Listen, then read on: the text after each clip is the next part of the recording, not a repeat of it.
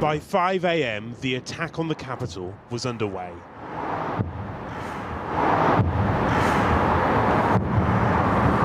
The warnings they'd been told to ignore were right after all.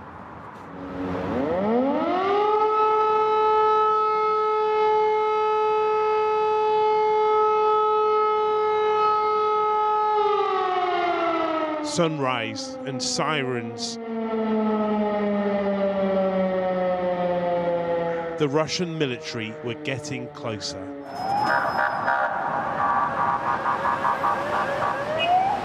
Neighbours became friends. Here they turned an art gallery into a makeshift bunker. Everybody is scared, but we try to keep calm.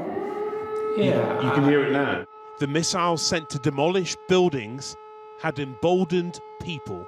We are angry. We are angry. We are very angry. Yes. I'm very angry. But we have. I'm not scared. I'm angry. Then came the jets.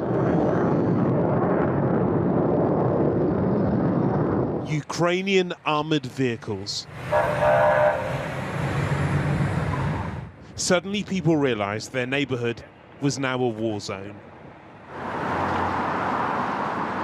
Time to collect what money they could.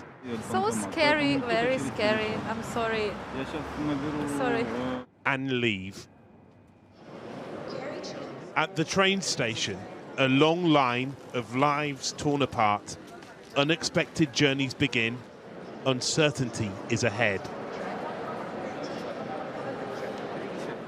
They have wiped the arrivals board here. There is no need for it because the traffic is all going in one direction. Everyone here is just trying to get out of the city.